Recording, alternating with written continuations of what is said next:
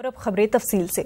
Rafale Tiyara सौदा मामले में आज सुप्रीम कोर्ट में समाअत हुई। अदालत ने मरकज को हिदायत दी कि डील की तफसीली जानकारी सीलबंद लिफाफे में अदालत को सौंपी जाए।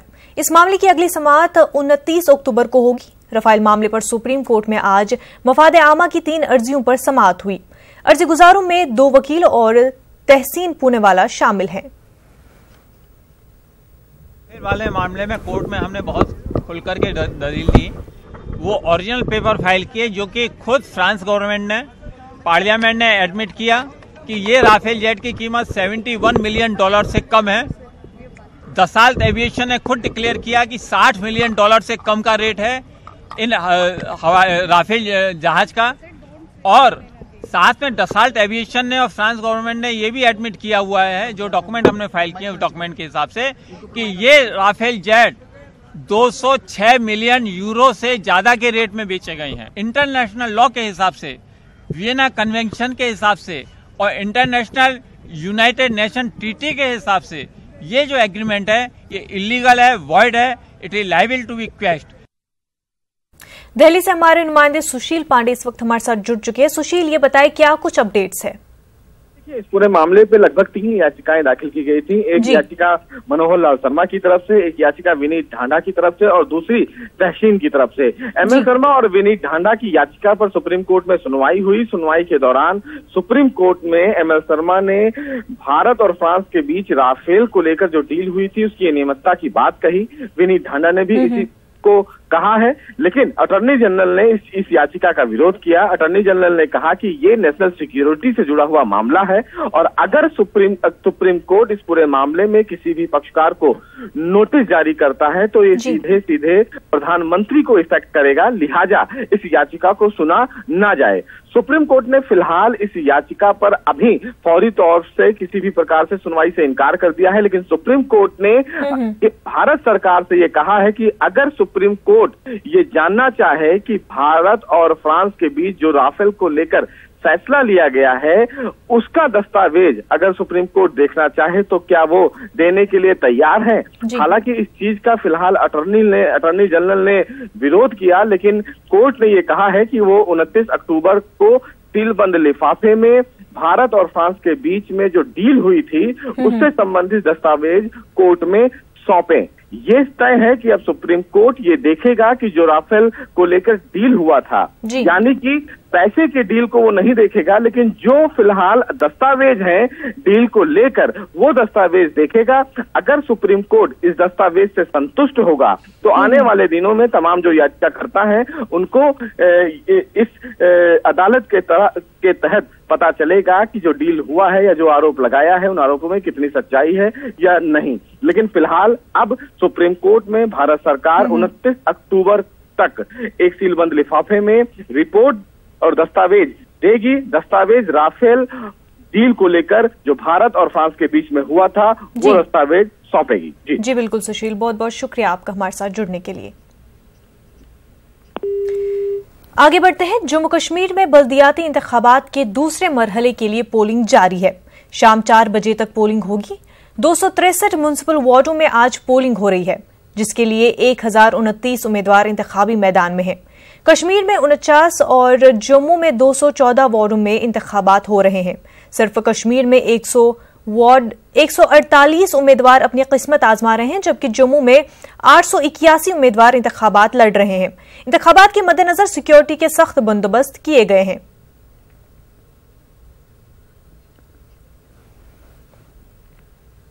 बांडीपुरा में 13 वार्डों पर मुश्तमिल म्युनिसिपल कमेटी सुंबल में वोट डालने का सिलसिला जारी है। इस म्युनिसिपल कमेटी में 13 में से सिर्फ 11 वार्डों पर वोट डाले जा रहे हैं, जबकि 2 वार्डों पर 2 आजाद उम्मीदवार पहले ही बिला मुकाबला कामयाब करार दिए जा चुके हैं। 33 उम्मीदवार मैदान में हैं, जिनमें बीजेपी और कांग्रेस के अलावा आजाद उम्मीदवार भी शामिल हैं। सुंबल में कई पोलिंग बूथों पर वोटरों की लंबी लंबी कतारें देखी जा रही हैं। इलाके में कुछ उम्र रसीदा अफराद भी वोट डालते देखे गए। कुछ वोटरों ने न्यूज 18 उर्दू से बात करते हुए कुछ सियासी जमातों की जानिब से इन इंतखाबात का बायकॉट करने पर नाराजगी का इजहार किया। उन्होंने कहा कि इलेक्शन में गरीब उम्मीदवार खड़े हुए हैं और वो अपनी गरीब बस्तियों के मसाइल हल करने के लिए इस चुनाव में हिस्सा ले रहे हैं। पोलिंग के दौरान पूरे सुंबल इलाके में हिफाजत के सख्त इंतजाम किए गए हैं। इशू पतमन 10 वर वोट रे चाहे कस पार्टी आई कांग्रेस आई बाकी NC आव बाकी जमात आई आम वोटर बेचार गसान जाय क्या तम सम कह कर इलेक्शन रूद सही म्यूनसिपल इलेक्शन अत मे लक्ट खानदान गसान खड़ा क्या सह वातान ऑफिस मज कुछ जाए कुछ दफ्तर मज क्या तमिस पता इलाकस मज कस प्रॉब्लम सह हेक हल विचार कर क्या आज कोर लूको अमे मूजूब सपोर्ट क्या लूकन जरूरत वनकस क्या अगर पगह वो असम्बली इलेक्शन आ तम सात कर बाइकाट कह तम सात कर पार्टी बाइकाट कह इत आज कोर क्या आज कस मिनिस्टर सुन बच लड़ान कह आज आम इंसान लड़ान गरीब इंसान आज इलेक्शन लड़ान। हमारे यहाँ सिक्योरिटी के इंतजाम बिल्कुल ठीक हैं, अच्छे से चल रही है वोटिंग और जो वोटर हमारा है वो बिल्कुल सेफ फील कर रहा है, अच्छे से लोग आ रहे हैं, स्मूथ इलेक्शन चल रहा है और हर जगह पे सिक्योरिटी के इंतजाम बिल्कुल ठीक है। बांडीपोरा में आज म्यूनसिपल कमेटी सुंबल के लिए इंतखाबी अमल सुबह 6 बजे शुरू हुआ। यहाँ पे 11 वार्ड्स ऐसे हैं जहाँ पे आज पोलिंग होने जा रही है। 2 वार्ड्स पे जो उम्मीदवार है उनको पहले ही बेला मुकाबला कामयाब करार दिया गया है। कुछ पोलिंग बूथ्स पे हमने देखा कि वोटरों की लंबी लंबी कतारें देखने को मिल रही है जो वहाँ पे अपना वोट डाल रहे हैं और कुछ पोलिंग बूथ्स पे लोग आ रहे हैं और अपना वोट कास्ट कर रहे हैं। पूरे सुंबल एरिया में जो सुरक्षा के इंतजाम हैं वो इंतहाई कड़े हैं और फिलहाल सुंबल इलाके में जो वोटिंग का अमल है वो ऐसे तरीके से जारी है। न्यूज़ 18 उर्दू के लिए सुंबल बांडीपोरा से मैं हूँ सईद। श्रीनगर के मुजगुंड इलाके में आज सुबह से ही वोटिंग का सिलसिला जारी है। यहाँ वोटरों की अच्छी खासी तादाद देखने को मिल रही है। हमारे नुमाइंदे समीउल्लाह ने इस एक पोलिंग बूथ का जायजा लिया। श्रीनगर में अर्बन लोकल बॉडीज के चुनाव हो रहे हैं और हम इस वक्त श्रीनगर के मुजगुंड इलाके में मौजूद है जहां आप देख सकते हैं कि औरतों की एक बारी तादाद अपनी रायदही का इस्तेमाल करने के लिए निकली है। अपनी टर्न का वो वेट कर रहे हैं कि उनकी टर्न आ जाएगी और वो अपनी रायदही का इस्तेमाल करें। पहले फेज़ में अगर हम देखेंगे तो पहले फेज़ में वोटिंग परसेंटेज काफ़ी कम देखने को मिली, लेकिन इस फेज़ में ये एक्सपेक्टेशन है कि ये पोलिंग परसेंटेज जो है बढ़ सकती है। समीउल्लाह, न्यूज़ 18 उर्दू, मुजगुंड, श्रीनगर। बल्दियाती इंतखाबात के दूसरे मरहले में जिला रामबन में पोलिंग पूरे जोश और खरोश के साथ जारी है।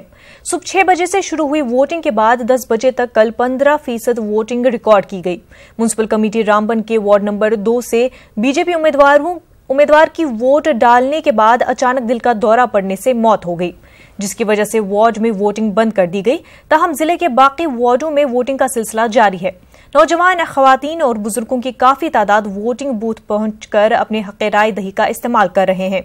सियासी जमातों के लीडर ने भी पूरे जिले में मुतहरिक है। इलेक्शन महकमे की फ्लाइंग स्क्वाड हर पोलिंग बूथ पर पहुंचकर वोटिंग का जायजा ले रही है। सिक्योरिटी के तौर से भी जिले भर में पुख्ता इंतजाम किए गए हैं। वाज़ेह है कि जिला भर में बल्दियाती इंतखाबात के ताल्लुक से काफी जोश और खरोश पाया जा रहा है। किसी को वोट देना आना चाहिए, ये हर किसी का हक है यहाँ पे वोट देने का और पार्टिसिपेट करना बहुत ज़रूरी है। यहाँ पे जो भी डेमोक्रेसी है ऐसी कोई बात नहीं है। आपको अपने वोट का सही यूज़ करना है, सही उम्मीदवार चुनना है जो आपका आने वाले टाइम पे आपका साथ दे और काम कर सके, जो आपको सपोर्ट करे और आपको भी सबको सपोर्ट करना चाहिए। तो यही सब एक वे है इस सिस्टम को चलाने का। सभी से अपील करती हूँ कि मेरे भाई और बहनों सभी आकर अपने वोट को कीमती वोट को इस्तेमाल करें। जो भी आपको कैंडिडेट अच्छा लगता है उसी को वोट दें, पर अपना वोट जो है वो जाया मत करें। मैं यही से सभी भाई बहनों से अपील करती हूँ। जिला बारामूला के वितरगाम म्युनिसिपल कमेटी के वार्ड नंबर 2 पर वोटिंग का अमल जारी है। वितरगाम जाने वाले तमाम रास्तों पर हिफाजती दस्ते चाको चौबंद है। आने जाने वाली तमाम गाड़ियों की तलाशी ली जा रही है। वितरगाम के वार्ड नंबर 2 से 2 उम्मीदवार अपनी किस्मत आजमा रहे हैं, जिनमें एक का ताल्लुक बीजेपी से है और दूसरा आजाद उम्मीदवार है। इलाके में इंटरनेट खिदमात मुअत्तल कर दी गई हैं और इलाके में मुकम्मल हड़ताल भी है।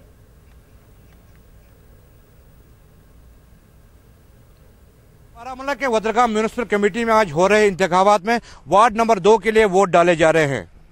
म्युनिसिपल काउंसिल वितरगाम में कुल 13 वार्ड हैं, जिनमें से 8 उम्मीदवार बिला मुकाबला कामयाब करार दिए गए हैं, जबकि 4 वार्डों में कोई भी उम्मीदवार खड़ा नहीं हुआ है। इंतखाबात को आसान तरीके से मुनक्कद कराने की गरज से सिक्योरिटी के खातिरखा इंतजाम किए गए हैं। वितरगाम की तरफ आने जाने वाले रास्तों पर सख्त नाकाबंदी कर दी गई है और इन रास्तों पर आने जाने वाली गाड़ियों की तलाशी ली जा रही है। न्यूज़ 18 उर्दू के लिए रफियाबाद से मैं सज्जाद हुसैन। वादी चिनाब के लोग भी अपने हक राय दही का इस्तेमाल कर रहे हैं। किश्तवाड़ में कल 53 उम्मीदवार मैदान में हैं। लोगों की बड़ी तादाद वोट डालती नजर आ रही है।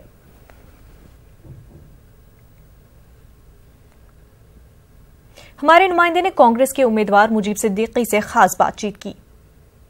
बल्दियाती चुनाव के चलते जबकि ज़्यादातर कैंडिडेट्स कैमरा से दूर ही रहते हैं, लेकिन हमारे साथ बात करने के लिए मौजूद हैं कांग्रेस के एक कैंडिडेट मुजीब सिद्दीकी। आइए इनसे जानते हैं कि क्यों किन बिंदुओं पर इन्होंने ये इलेक्शन लड़ा। मुजीब जी बताइए, आपसे जानना चाहेंगे कि जो इलेक्शंस आपने सबसे पहले लड़े हैं तो क्या वजूहत थी, आपने किन वजूहत पर यह इलेक्शन लड़ा है? देखिए, एक्चुअली ये जो इलेक्शन है, ये जो काउंसलर इलेक्शन है या म्यूनसिपलिटी के हैं, actually it's for the development. और सबसे बड़ी बात है कि ये आज ये इलेक्शंस काफ़ी सालों के बाद हो गए, उस वजह से जो छोटी छोटी डेवलपमेंट्स है वो हो ही नहीं है श्रीनगर सिटी में पूरी।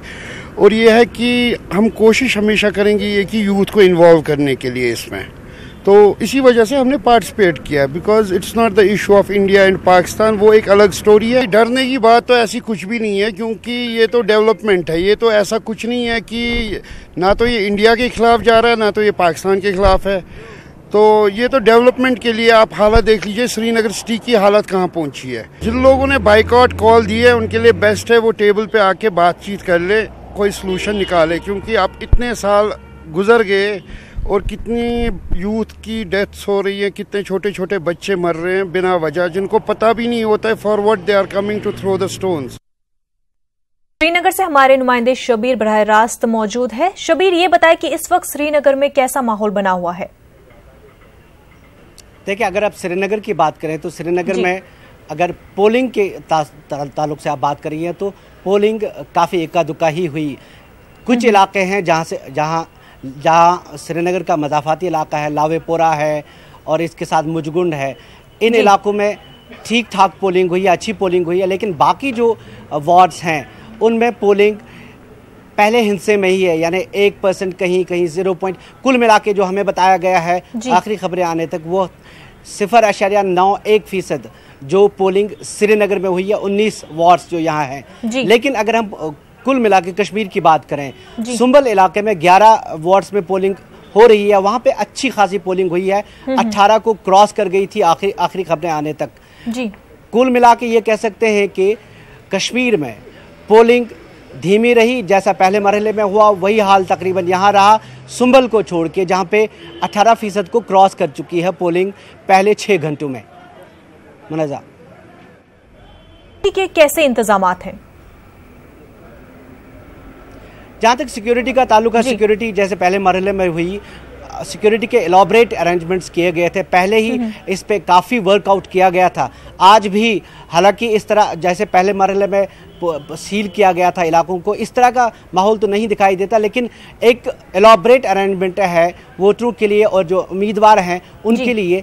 फिलहाल सबसे अच्छी खबर यह है कि कोई वाक़या ऐसा पेश नहीं आया जिसे हम नाखुशगवार कहें। मुनज़्ज़ा जी बिल्कुल शबीर, बहुत बहुत शुक्रिया आपका हमारे साथ जुड़ने के लिए। आगे बढ़ते हैं। यूपी के रायबरेली में ट्रेन हादसे में 7 अफराद हलाक हो गए हैं, जबकि मुतअद्दिद अफराद जख्मी हुए हैं।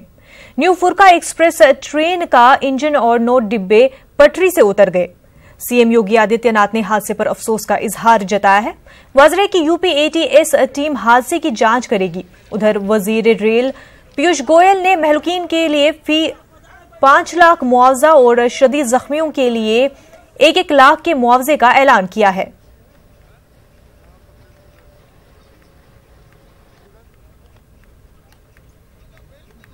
ट्रेन सुबह 5:45 के लगभग रायबरेली से खुली है। जब आगे बढ़ी है हरचंदपुर आउटर के पास आकर ट्रेन अचानक डिसबैलेंस हो गई।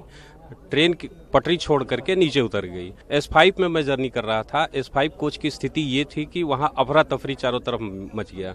सारे लोग कोच छोड़ करके नीचे उतरने लगे और उस अफरा तफरी में लगा जैसे एक दूसरे के ऊपर लोग गिरने लगे। मौके पे हमने ये देखा कि पश्चिम बंगाल का एक परिवार जर्नी कर रहा था दिल्ली के लिए। उस परिवार के 3 सदस्य मौके पे ही दम तोड़ दिए। बहुत दर्दनाक हादसा हुआ है, इसमें कोई दुविधा नहीं है। बहुत दुखद घटना है और ये हरचंदपुर हमारी जन्मभूमि है, कर्मभूमि है। यहाँ पर ऐसी दुर्घटना होना निश्चित तौर से बहुत ही दुखद है। दुर्घटना कहीं की भी होगी दुर्भाग्यपूर्ण होती है, लेकिन घर में होती है थोड़ा दर्द ज़्यादा होता है। आज हम लोगों को बहुत कष्ट है कि हरचंदपुर में ऐसी दुर्घटना हुई है। माननीय मुख्यमंत्री जी बहुत चिंतित हैं और निश्चित तौर से जो भी सरकारी अमला है, जिसको जो दायित्व हैं, वो सब पूरा का पूरा काम। लखनऊ से रिस्पांस किया तुरंत और लखनऊ से यहाँ पर रेस्क्यू के लिए टीम आई थी। जैसे ही घटनास्थल पर पहुंचे तो एनडीआरएफ हमारी टीम से पहले पुलिस और प्रशासन ने मिल करके 4 डेड बॉडी रिकवर कर लिया था और 2 जो डेड बॉडी बहुत ही क्रिटिकल हालात में फंसी हुई थी, क्रिटिकल कंडीशन में, उसको हमारी टीम ने रेस्क्यू टेक्निक्स और डिगिंग टेक्निक्स का इस्तेमाल करके और रेस्क्यू और डिगिंग इक्विपमेंट्स, लेटेस्ट इक्विपमेंट का इस्तेमाल करके उनको निकाला है सुरक्षित। देखिए 9 कोचेज आपके ड्रेल हैं, इसमें हमारे 7 पैसेंजर्स की डेथ हुई है, 21 जो इंजर्ड हैं, जो कि रायबरेली डिस्ट्रिक्ट हॉस्पिटल में है। तो हादसा बड़ा है क्योंकि एक भी डेथ जो है बड़ा ही हादसा है। सभी पैसेंजर्स को हम लोग सब कोशिश कर रहे हैं कि सबको एवोकेट कर लिया गया है और उनको स्पेशल ट्रेन से हम लोग लखनऊ से दिल्ली ले जाएंगे और कुछ ऐसे पैसेंजर जो ट्रेन से जाना चाहते हैं उनको बछरावा से भी हम लोग स्पेशल ट्रेन की व्यवस्था कर रहे हैं। 1-1.5 घंटे में गाड़ी यहाँ पर ऑलरेडी सेक्शन में है, वो आ जाएगी। कब तक ये रूट खाली कराया जाएगा, किस तरह का? 24 से 36 घंटा लगना चाहिए। अभी बाकी हम लोग आकलन अभी करते हैं। ये जो हादसा हुआ है कैसे हुआ है? हरचंदपुर रेलवे स्टेशन के बिल्कुल पास में गाड़ी नंबर 14,003 मालदा टाउन से न्यू दिल्ली की तरफ जाने वाली जो रेलगाड़ी है वो डिरेल हुई है। 6 डिब्बे पटरी से हट गए हैं, डिरेल हुए हैं और कैजुअल्टी 5 है, 5 लोगों की डेथ है, 15 लोगों को इंजरी है, जिनको हम लोगों ने हॉस्पिटल के लिए रवाना किया। 2 हॉस्पिटल पहुंच चुके हैं और एसडीआरएफ की टीम को और डीआरएम साहब की टीम यहाँ रेस्क्यू ऑपरेशन के लिए रवाना हो चुकी है। और जितने भी यात्री हैं वो सारे यात्रियों को हम लोगों ने बसेस अरेंज की है, तो शीघ्र ही बसें आकर उनको उनके गंतव्य स्थान या लखनऊ के लिए वो बसें प्रस्थान करेंगी। तो जितने भी लोग हैं उनको किसी तरीके से परेशान होने की ज़रूरत नहीं है। पैसेंजर्स को उनको जल्दी से ही यहाँ से हम लोग उनके गंतव्य स्थान को बसों में रवाना। एम्बुलेंस और पीआरबी कितनी लगाई गई हैं? ये 15 एम्बुलेंस हमारी लगी, बाकी मौके पर 40 ऊपर पीआरबी लगी। प्राइवेट नर्सिंग होम भी खाली कराया गया है कुछ? हाँ, प्राइवेट नर्सिंग होम और जिले का जितना भी डॉक्टर्स का स्टाफ है हम लोगों ने जिला चिकित्सालय हरचंदपुर, बछरावा आदि के जो सीएचसी है वहाँ पर बुला लिया ताकि जितने भी यहाँ पर पैसेंजर्स जिनको इंजरी हुई है उनको तत्काल से हम लोग चिकित्सा उपलब्ध करा सकें। दुर्भाग्यपूर्ण सूचना है, दुखद सूचना है। रायबरेली हरचंदपुर के बीच में फरक्का एक्सप्रेस का दुर्घटनाग्रस्त हुई है और उसमें 5 मासूम की मौत होना भी बताया गया है। ये और भी ज़्यादा दुर्भाग्यपूर्ण है कि रेलवे की जो सुरक्षा व्यवस्था है उसमें सुधार करने के लिए कोई ठोस कदम नहीं उठाए जा रहे, लेकिन जो वास्तव में जो टिकट लेके जो सामान्य यात्री है वो सुरक्षित अपने घर पहुंच जाएगा, इसकी कोई गारंटी नहीं है। सरकार को सबसे पहले सुरक्षा के ऊपर ध्यान देना चाहिए, यात्रियों की सुख सुविधाओं पर ध्यान देना चाहिए। वज़ीर आज़म नरेंद्र मोदी आज आगरा पार्लिमानी हल्के के कारकुनान से बराह रास्त खिताब करेंगे। मोदी कारकुनान से नमो ऐप के जरिए बराह रास्त बातचीत करेंगे। इस प्रोग्राम के सिलसिले में कारकुनान में खुशी की लहर देखी जा रही है। प्रोग्राम की जगह का जायजा लिया हमारे नुमाइंदे हिमांशु त्रिपाठी ने। प्रधानमंत्री नरेंद्र मोदी आगरा लोकसभा क्षेत्र के कार्यकर्ताओं से आज सीधा संवाद करेंगे। सूर सदन में यह आयोजन होना है कार्यक्रम का और 4:30 बजे नमो ऐप के जरिए पीएम मोदी आगरा लोकसभा क्षेत्र के कार्यकर्ताओं से मुखातिब होंगे। तो आगरा की जो प्रमुख योजनाएं हैं उसका वर्णन यहाँ किया गया है। जो होल्डिंग लगी है उसमें चाहे आगरा सिविल टर्मिनल एयरपोर्ट की बात हो, चाहे मेट्रो ट्रेन के लिए 10,000 करोड़ केंद्र से स्वीकृत होने की बात हो, सबका जिक्र यहाँ किया गया है। अलीगढ़ 4 लेन का मामला हो या अन्य जो योजनाएं चल रही, चाहे आगरा इटावा हाईवे हो या गंगा जल का प्रोजेक्ट हो, सबका जिक्र किया गया है यहाँ जो होल्डिंग लगी उसमें।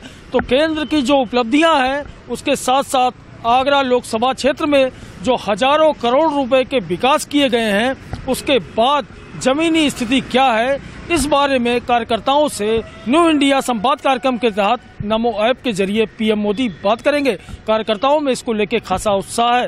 कैमरामैन बंटी के साथ हिमांशु त्रिपाठी, न्यूज 18 आगरा। एमपी वक्फ बोर्ड के जरिए असेंबली इंतखाबात के लिए ज़ाब्ता इखलाक के निफाज से कबल आइम मोज़नीन की तनख्वाहों में इजाफे के मामले पर सियासत शुरू हो गई है। वक्फ बोर्ड जहां इसे तारीखी कदम से ताबीर कर रहा है, वहीं मुस्लिम तंजीमें इसे सियासी शोबदाबाजी से ताबीर कर रही हैं।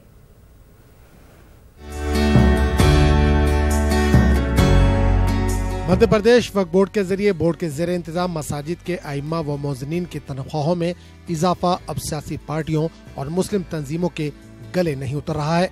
बोर्ड के जरिए सूबे में असेंबली इंतखाबात के लिए ज़ाब्ता अखलाक के निफाज से 4 रोज कबल फैसला लेते हुए आइम्मा व मोज़नीन की तनख्वाहों में इजाफा किया गया। बोर्ड चेयरमैन इसे एक अहम फैसला करार दे रहे हैं। आपको जानकर के खुशी होगी कि इमाम मोज़िनों की जो तनख्वाहें थी, वो बेवाओं की जो पेंशन थी, उसमें तकरीबन डबल से ज़्यादा का हमारे वक्फ बोर्ड के ज़रिए इजाफा किया गया। 1200, 1400, 1500 एक बड़े लंबे टाइम से वो खिदमत देते थे, मगर उनकी वाजिब जिसको कहेंगे मेहनताना नहीं था। तो इस बार वक्फ बोर्ड ने उनको 7,000 रुपये किया है, और जो पेंशन लेडीज़ लेती थी वो 250 रुपये था, उसको 500 रुपये किया हम लोगों ने। एमपी वक्फ बोर्ड ने जो फैसला किया, इसके मुताबिक अब बोर्ड के ज़ेर इंतजाम आइम्मा व मोज़नीन को 7,000 रुपये माहाना तनख्वाह मिल सकेगी, जबकि मुस्लिम तंजीमें इसे सियासी शोबदाबाजी से ताबीर कर रही हैं। ये सब एक ढोंग है और ये सिर्फ और सिर्फ इन लोगों का प्रोपेगेंडा है। इनकी कोई वैल्यू नहीं है। ये इन्होंने अपना कोई काम 5 सालों में करा नहीं।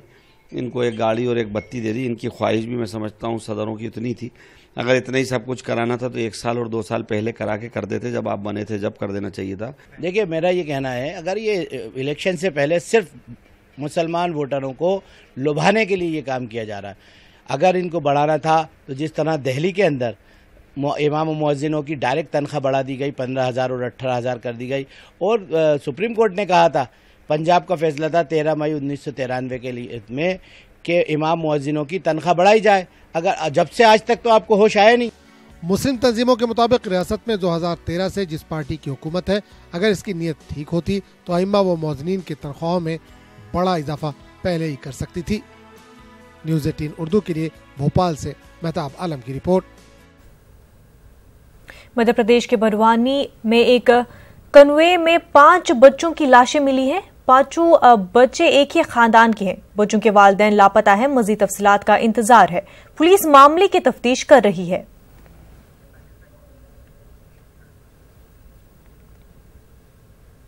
विधानमंडल की अक़लियती बहबूद कमेटी ने औरंगाबाद का दौरा किया। इस दौरे में वक्फ जायदादों का मुआयना किया गया। इसके बाद हुई मीटिंग में कई अहम फैसले लिए गए, जिसमें अक़लियतों के लिए औरंगाबाद में ITI के क़याम का फैसला लिया गया। आप देखिए रिपोर्ट। हमें दीजिए इजाजत। आदाब।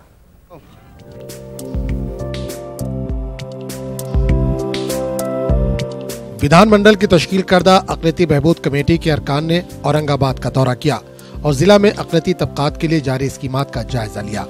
औरंगाबाद के जिला कलेक्टर उदय चौधरी की क़यादत में हुई मीटिंग में औरंगाबाद में अक़लियती तबक़ात के लिए ITI का क़याम, अक़लियती तालीमी इदारों के करीब गर्ल्स हॉस्टल का क़याम और स्कॉलरशिप में जारी धांधलियों की रोकथाम जैसे अहम फैसले किए गए। कलेक्टर ऑफिस के अंदर एक डिटेल मीटिंग हुई और इस मीटिंग के अंदर कुछ अहम फैसले लिए गए हैं।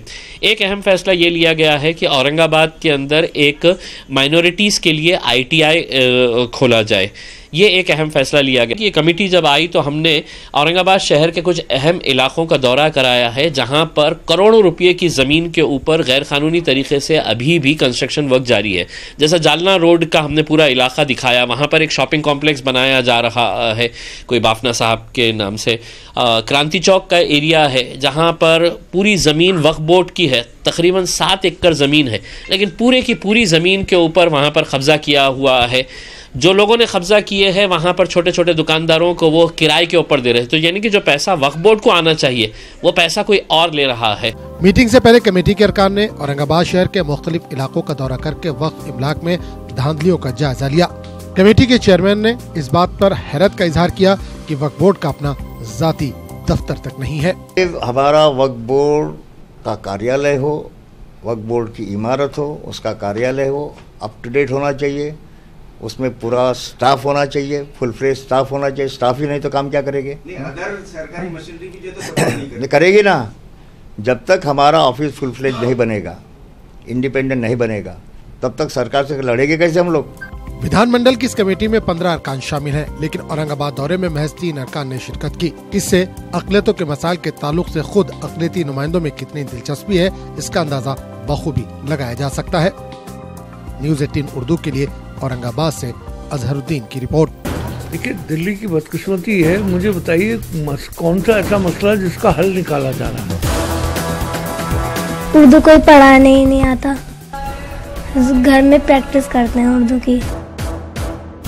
वेरिफिकेशन कराने के 5-6 महीने के बाद फिर मालूम हुआ कि वो कैंसिल हो गया। क्यों हुआ मुझे इसके बारे में कुछ पता नहीं। रिक्वायरमेंट तो बहुत आई हुई है, लेकिन वो जानबूझ के टीचर नहीं देते हैं, अन्य प्रिंसिपलों की साजिश है।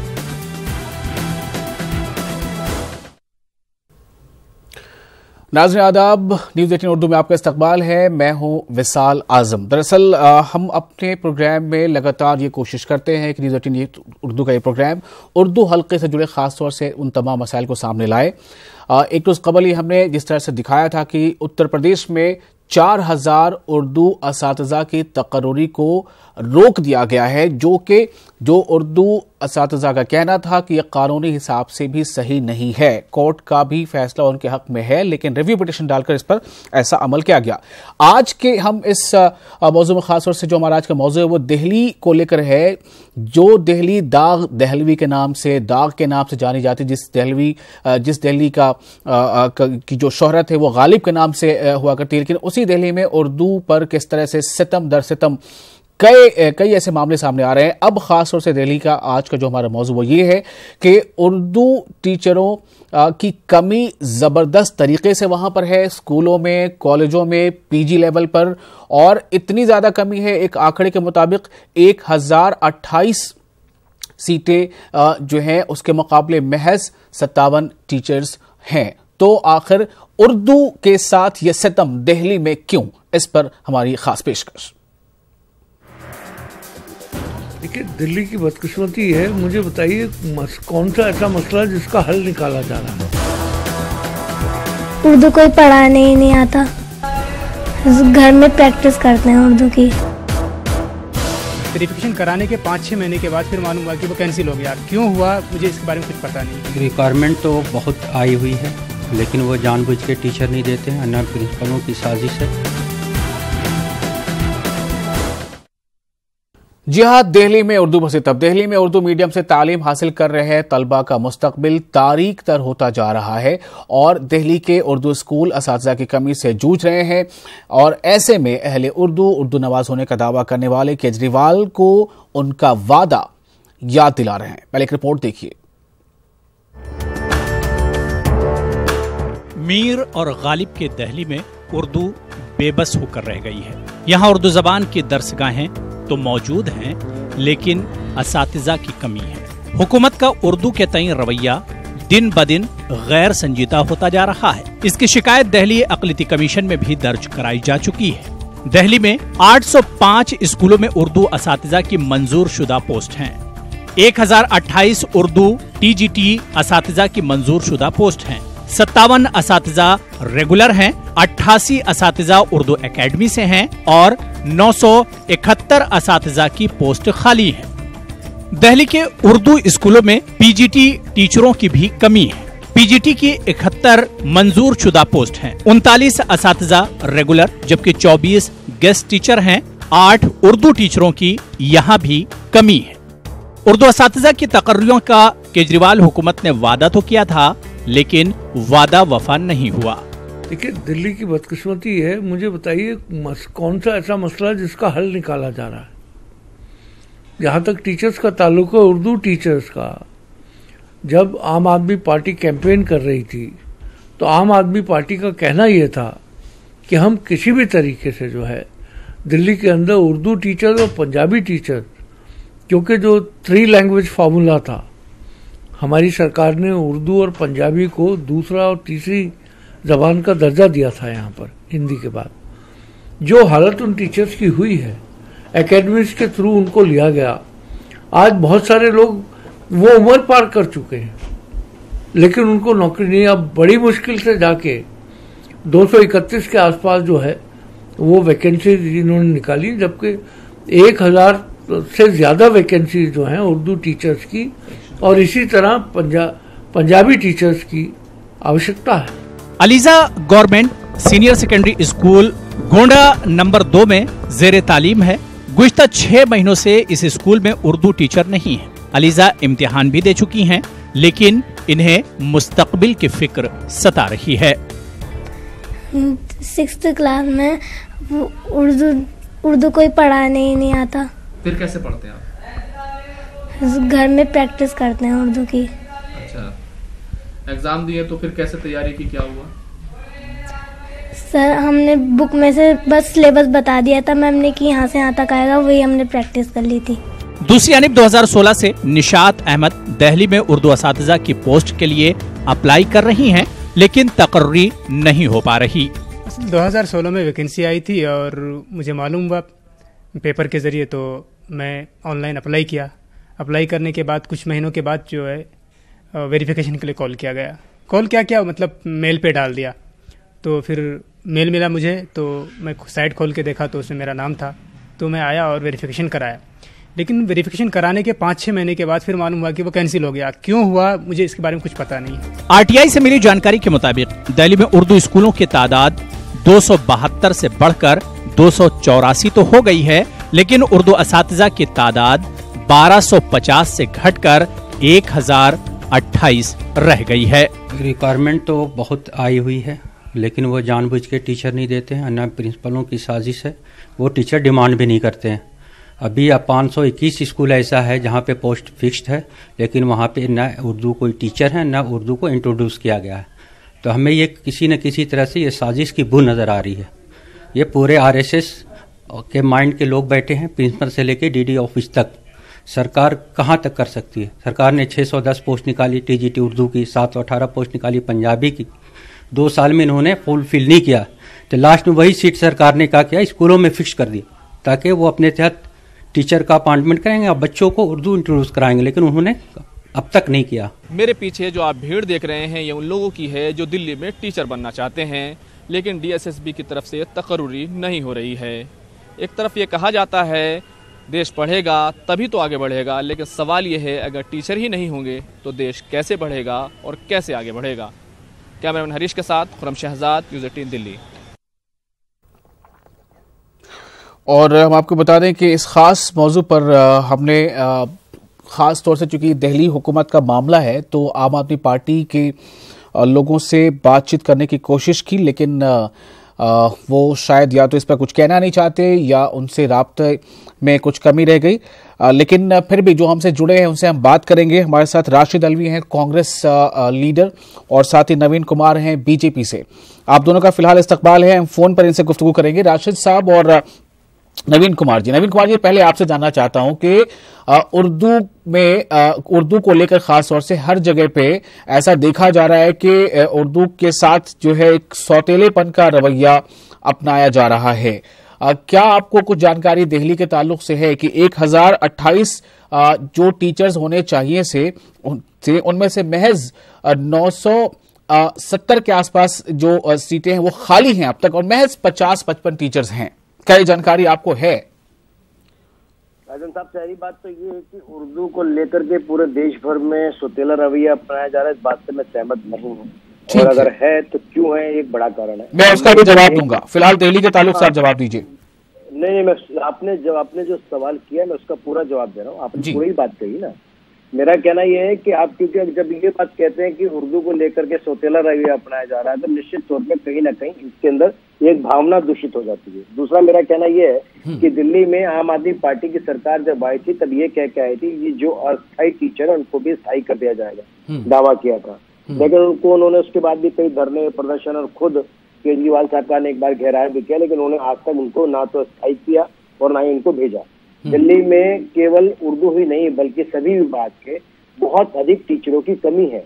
16,690 टीचर पिछली बार भरे जाने थे, वो नहीं भरे गए और लगातार इसकी मांग हो रही है। और ये काम करना आम आदमी पार्टी की सरकार ने है, लेकिन वो इसलिए भाग रहे हैं क्योंकि वो वायदा करके आए थे जो अस्थायी टीचर हैं उनको स्थायी करेंगे, उनको किया नहीं और नई वैकेंसी वो निकाल नहीं रहे। ये उनके हाथ में है, ये करना है। ये जवाब सही मायने में आपने सही कहा, जब ऐसे मामलों पर आम आदमी पार्टी नहीं आती, इसलिए नहीं आती क्योंकि उसको जवाब से भागना होता। अगर वो होते तो बेहतर जवाब दिया जाता। मुझे लगता है कि जो भी टीचर्स की, शिक्षकों की आवश्यकता है तुरंत भरे जाने चाहिए, दिल्ली के लिए, छात्र के लिए, विकास के लिए। अगर छात्रों के अंदर ज्ञान की भरमार होगा, निश्चित तौर पर दिल्ली का भी विकास होगा, देश का भी विकास होगा। जी चलिए, इस बात का शुक्रिया तो मैं आपका अदा करूंगा कि आप जो है कभी भी जरूरत ऐसी पड़ी है तो आप जवाब देने से पीछे नहीं रहे हैं। इस बात का शुक्रिया आपका अदा करता हूं। आप स्टूडियो भी आते हैं, आप फोन पर भी हमें जवाब देते हैं जो सवाल उठते हैं।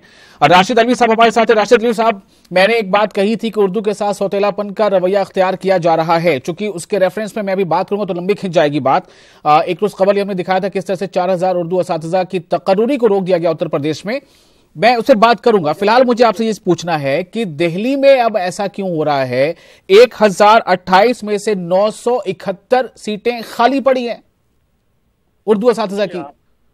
आपके इस सवाल का जवाब कि ऐसा क्यों हो रहा है वो तो आम पार्टी और उसके मुख्यमंत्री ही दे सकते हैं, जवाब वही देंगे। लेकिन आप चूंकि सियासत से कोई भी पार्टी दूर नहीं है, तो मैं ये जानना चाहता हूं कि उनकी अगर कमी भी है तो क्या है, आपको क्या मालूम है इस बारे में, क्यों ऐसा हुआ? उर्दू के साथ सौतेलापन यूपी में, दिल्ली में, सब जगह हो रहा है। और ये उर्दू जबान किसी एक मजहब की नहीं है। कुछ लोगों ने ये मान लिया है कि उर्दू एक मजहब से ताल्लुक रखती है, ये मुसलमानों की जबान, इसलिए इसको खत्म करने की कोशिश की जा रही। उर्दू तो हिंदुस्तान की जबान है, उर्दू इनकलाब की जबान है, उर्दू हिंदुस्तान की आजादी की लड़ाई की जबान रही है। लेकिन ये ना समझ लोग तारीख के इन पन्नों से ना वाकिफ हैं। यूपी के अंदर हाई कोर्ट फैसला कर रहा, लेकिन उसकी भी अपील कर रही है गवर्नमेंट, भारतीय जनता पार्टी की। तो चाहे यूपी हो या दिल्ली हो, बदकिस्मती की बात है कि उर्दू के साथ इस तरीके का सलूक किया जा रहा है। उर्दू को खत्म करने की कोशिश की जा रही है और उर्दू के लोगों को आगे आना चाहिए। और खास तौर से जो उर्दूदार लोग हैं उन्हें अपने घर में भी इसकी कोशिश करनी चाहिए कि आपके दुश्मन बहुत बड़े हैं, वो इस जबान को खत्म कर देना चाहते हैं, चाहे बीजेपी हो चाहे दूसरी पार्टी हो। तो ये देश के लिए, देश की एकता के लिए, सेक्युलरिज्म के लिए, देश के इत्तेहाद के लिए एक गलत कदम है जो दिल्ली और यूपी के अंदर हो रहा है।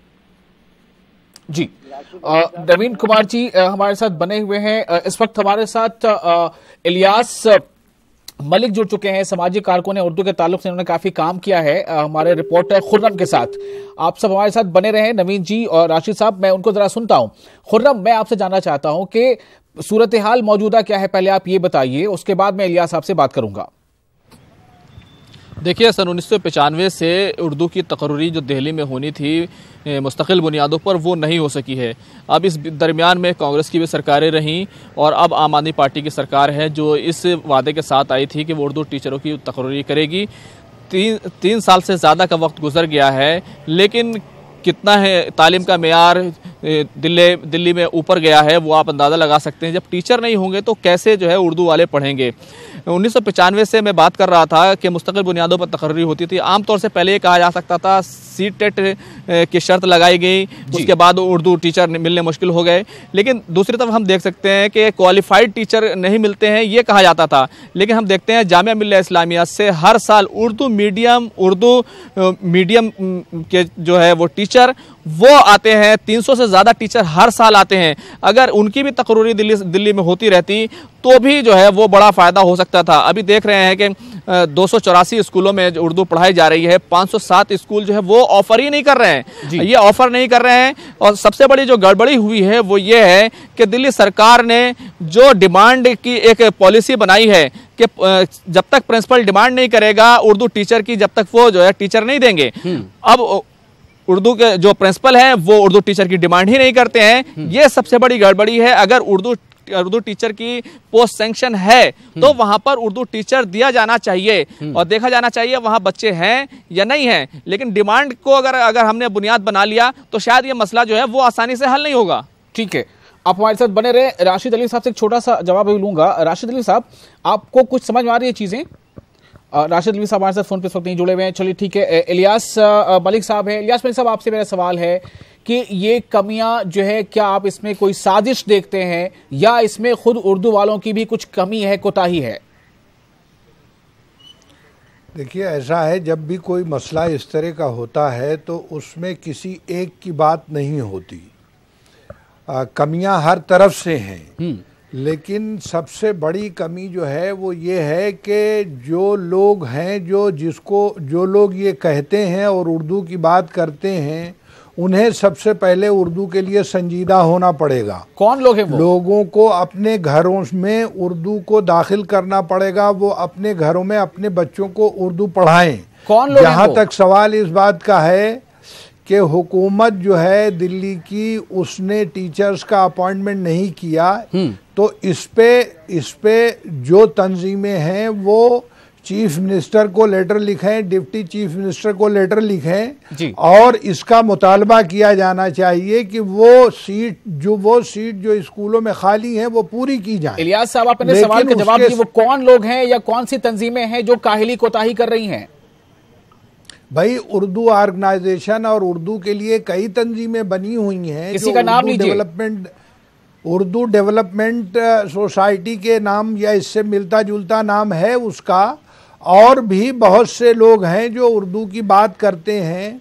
उर्दू एकेडमी खुद दिल्ली सरकार की है, वो भी इस पे पहल कर सकती है जी। तो पहल करने के लिए बहुत और इसके लिए किसी तंजीम का होना जरूरी नहीं है। इसके लिए तो एक ग्रुप भी जा करके कर सकता है जी। जो भी मुहिब्बान उर्दू हैं, वो मुहिब्बान उर्दू जो हैं वो उर्दू के लिए कोशिश करें। और सबसे पहली बात जो है वो ये है कि अपने घरों में उर्दू दाखिल करें, उर्दू के अखबारात मंगाएं। वो एक दीगर मसला है। यहाँ पर बात थोड़ी अलग है, ठीक है, वो भी जरूरी है घरों के लेवल पे।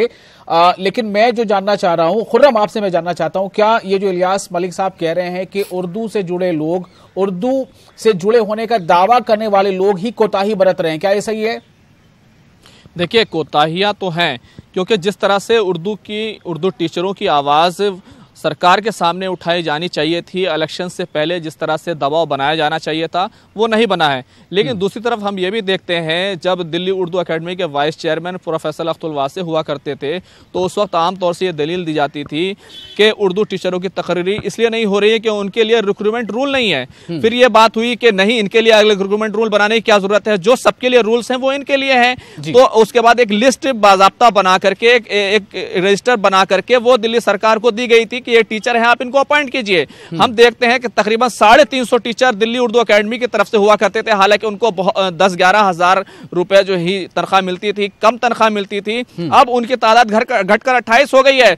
तो अलग अलग जगह जो है वो टीचर अपॉइंट होते रहे या छोड़कर जाते रहे, तो उस तरफ रेगुलर टीचर सिर्फ 57 है। इसका क्या मतलब है कि बाकी टीचर कहां गए? अगर वो टीचर भी अपॉइंटमेंट कर लिए जाते हैं ठीक से, तो कुछ ना कुछ हो सकता था। लेकिन जिस तरह से अफसरशाही काम करती रही है, दिल्ली सरकार के लोग काम करते रहे हैं, मुझे नहीं लगता कि अगर जब तक इस मामले में सरकार पूरी तौर से तवज्जो नहीं देगी, उस वक्त तक जो है टीचरों की कमी पूरी होने वाली है। और एक तरफ दिल्ली सरकार, सवाल करूंगा कि आप जब इन सवालों को लेकर दिल्ली सरकार में शामिल लोगों से मिले, वजीर से या जो एमएलएज हैं, उनका क्या जवाब था? पहले मैं नवीन जी के पास चलता। नवीन जी, आप हमारी आवाज सुन पा रहे हैं क्या?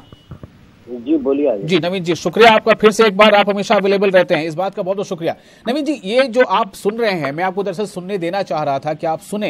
एक तो बात ये आ रही है कि खुद उर्दू वालों की भी कुछ कमी है, ठीक है। दूसरी बात ये आ रही है कि लेकिन बड़ी कमी जो है वो सरकारी सतह पे, हुकूमत के सतह पर है। क्या आपको भी लगता है कि हुकूमत, चाहे वो किसी की भी हो, मैं यहाँ पर सिर्फ हुकूमत का लफ्ज इस्तेमाल कर रहा हूँ, कि हुकूमत चाहे तो किसी जबान को परवान चढ़ा सकती है, हुकूमत चाहे तो वो जबान जो है वो दफन हो सकती है जमीन में? कोई भी हुकूमत चाहे किसी भी जबान को दबा नहीं सकती, पहली बात। दूसरी बात ये कि मुझे राशिद अली साहब बीच में छोड़ करके भाग गए। आजकल कांग्रेस और आम आदमी पार्टी इसीलिए भाग करके चली जाती है कि सच जब सामने आता है तो उनका चेहरा एक्सपोज हो जाता है। उन्होंने उत्तर प्रदेश की बात करी, उत्तर प्रदेश में कहा कि उर्दू की जबान को एक कौम खत्म कर रही है और उसको मुसलमानों की जबान बना रही है। वो मुसलमान की जबान बताई अखिलेश यादव ने कल प्रेस कॉन्फ्रेंस करके कि मुस्लिम उर्दू टीचरों को हटाया जा रहा है 4000। ये देश का बड़ा जोर से खंडन करता हूँ, उसकी निंदा करता हूँ। वो इसलिए क्योंकि उर्दू जबान किसी एक कौम की नहीं है, उर्दू जबान सबकी है। और दूसरी बात, जिस प्रकार से अखिलेश यादव ने 16,460 टीचर जो भरे जाने थे उसमें से 4,000 पोस्ट को काट करके उनमें से उर्दू की टीचर भरी, वो नियम के अनुसार थी नहीं, मानकों पे थी नहीं। नवीन जी, उस पर मैं बाद में गुफ्तगू करूंगा, उस पर कल हमने एक एपिसोड ऑलरेडी कर लिया है। मुझे अफसोस था कि आप उसको उसमें शामिल नहीं कर पाया, लेकिन लखनऊ से हमारे बीजेपी के दूसरे उसमें तर्जुमान शामिल थे, उसकी बात बाद में करेंगे, रहने दीजिए। अभी मुझे दिल्ली के ताल्लुक से पूछना है, दिल्ली के ताल्लुक से आप कुछ कह सकते हैं? आपको अगर पता है कि किस तरह से दिल्ली सरकार यानी आम आदमी पार्टी की सरकार जो उर्दू के साथ सौतेला रवैया अख्तियार कर रही है, उसके बारे में कुछ कह सकते हैं तो बताइए। मेरा ये कहना है कि राशिद अली को आपने रोका नहीं, वो बोल करके चले गए, मुझे उसका जवाब देना। आपके व्यूअर तो देख ही रहे होंगे, अगर आप कहते हैं कि इसको मुझे कुछ नहीं बोला तो अलग बात। उन्होंने भाजपा को कोच करके चले गए कि भारतीय जनता पार्टी उत्तर प्रदेश में, नाम लिया भारतीय जनता पार्टी। ठीक है, राशिद अली साहब ने उनको रहना चाहिए था, मैंने उनसे दरख्वास्त की थी, वो नहीं रहे। उन्होंने अपनी उर्दू दोस्ती का सबूत दे दिया कि कितने उर्दू दोस्त वो हैं और क्या मानते हैं वो कि हाँ उर्दू के साथ कुछ सौतेलापन अगर हो रहा है तो वो कहां तक खड़े हैं इस लड़ाई में, उन्होंने दिखा दिया मुझे लगता है। बहरहाल आप बताइए मुझे कि आम आदमी पार्टी पे किसी तरह का दबाव क्या आपकी तरफ से बन सकता है? आजम, उस समय आपको रोकना चाहिए था जब उन्होंने ये कहा कि दिल्ली की गवर्नमेंट, क्यों नहीं कहा आम आदमी पार्टी की सरकार, क्योंकि उसके साथ खड़े हुए, एक तरफ उसके साथ समझौता करते हैं, एक तरफ वो एक लोगों को मूर्ख बनाने का काम करिए, आम आदमी पार्टी हो या कांग्रेस हो। आज दिल्ली के अंदर मैं कह रहा हूँ जितने भी शिक्षक हैं, आज शिक्षकों की कमी है दिल्ली के अंदर बड़ी तादाद के अंदर। दिल्ली नगर निगम के लिए भी चाहिए, दिल्ली सरकार के लिए भी चाहिए। लगातार डिमांड हो रही, जो टीचर्स लगातार, जिसको अरविंद केजरीवाल वायदा करके आए थे कि भाई टीचरों को परमानेंट कर दिया जाएगा, उनको नहीं किया अभी तक। उनको परमानेंट करें और बाकी टीचरों की नियुक्ति करें, क्यों नहीं करते? हम तो इस बात लगातार मांग रहे हैं। और दूसरी तरफ आप एक कम्युनिटी को ब्लेम करना चाहते हो, भाजपा को ब्लेम करना चाहते हो, आखिर क्यों भाई? उर्दू सबकी जबान है, उर्दू केवल मुसलमान से थोड़ी जोड़ी जा सकती है। उर्दू इस देश की पहचान है, उर्दू इतनी लजीज जबान है, हर कोई उसका इस्तेमाल करता है। जी, बहुत खूब, आपने भी उर्दू सबकी जुबान है इस बात को फिर से तक़वियत दी है।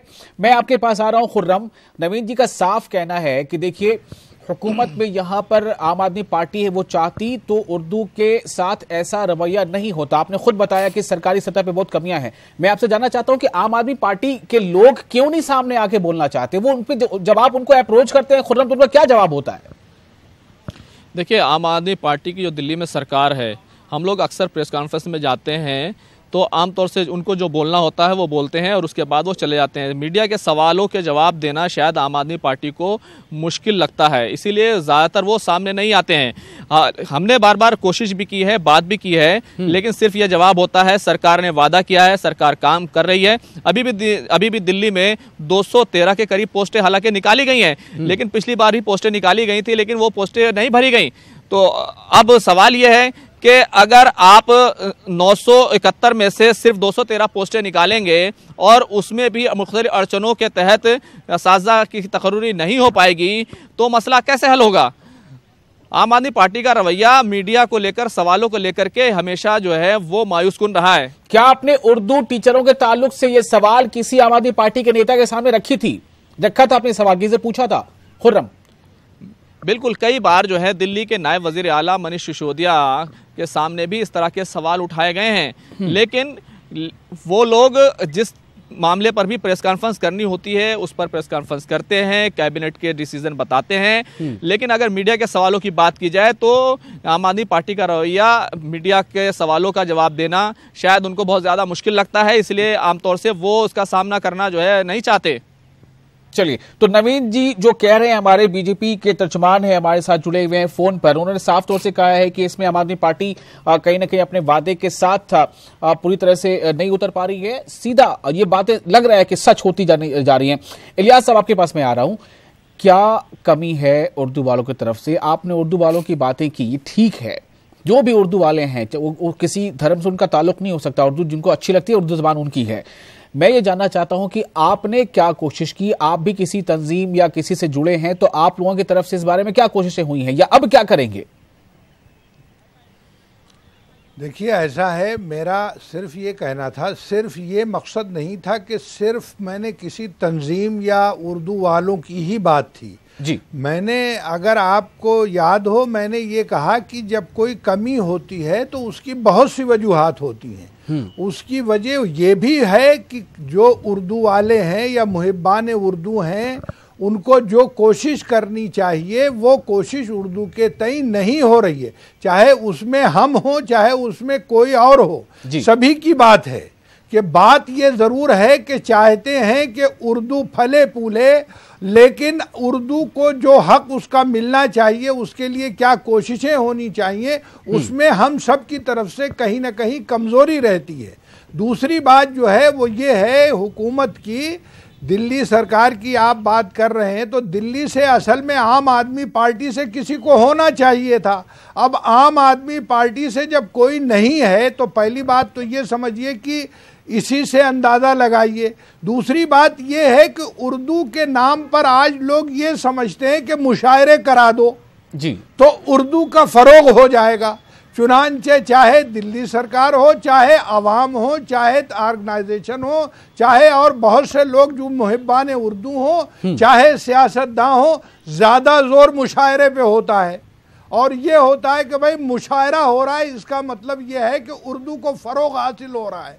उर्दू जो है ठीक है, मुशायरा भी उसका एक जरिया हो सकता है उसके फ़रोग का, ज़रूर होना चाहिए, लेकिन उर्दू में किताबें कितनी लिखी जा रही हैं, उर्दू के अखबारात लोगों के घरों में कितने आ रहे हैं, उर्दू अवेयरनेस प्रोग्राम कितने चलाए जा रहे हैं, हुकूमत से उर्दू के बारे में कितना मुतालबा हो रहा है। अगर टीचर्स नहीं हैं उर्दू के तो उनके लिए क्या कोशिशें हो रही हैं, इसमें वो जोश और वलवला नहीं नजर आता जो होना चाहिए। बिल्कुल सही कहना आपका कि तो जो अगर वो कमी है तो वो कमी सभी की है, उसमें किसी एक को ब्लेम नहीं किया जा सकता कि सिर्फ किसी एक को ब्लेम करके हम बैठ जाएं। उर्दू के फरोग के लिए सबको आगे आना होगा, जिसको भी उर्दू से मोहब्बत है। और जबान के बारे में उर्दू के मैं एक बात ये कहता चलूं कि जबान किसी की नहीं होती, जबान उसकी होती है जो जबान बोलता है।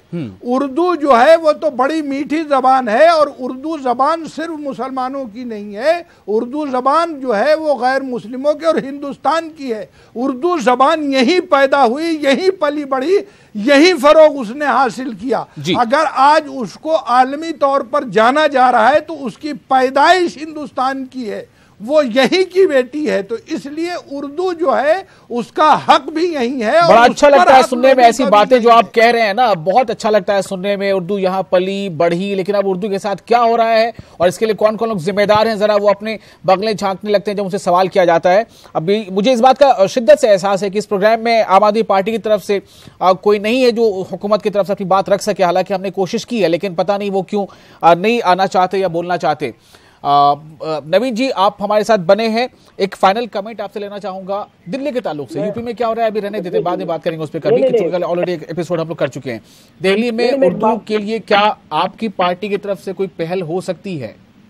आजम जी, मैं एक बहुत छोटी सी बात कहना चाहता हूँ। ये इन्फॉर्मेशन इतनी इंपॉर्टेंट है कि उर्दू जबान के देश के अंदर जितने भी लोग हैं सबके लिए बड़ी महत्वपूर्ण है। वो आपने सही कहा कि उर्दू जबान के लिए सरकारों ने क्या किया। मैं बता सकता हूँ कि पहली बार है कि हमारे पे कितना भी आरोप लगता रहे, उत्तर प्रदेश में 800 करोड़ रुपए मदरसों के आधुनिकीकरण के लिए दिया, बेसिक शिक्षा दी जाती है। सर आप फिर उत्तर प्रदेश में चले जाते हैं, मैं दिल्ली की बात कर रहा हूँ sir. Please Naveen ji please, Delhi में उर्दू का ये जो हाल है उसके लिए क्या बीजेपी की तरफ से कोई पहल हो सकती है आम आदमी पार्टी पर दबाव बनाने के लिए?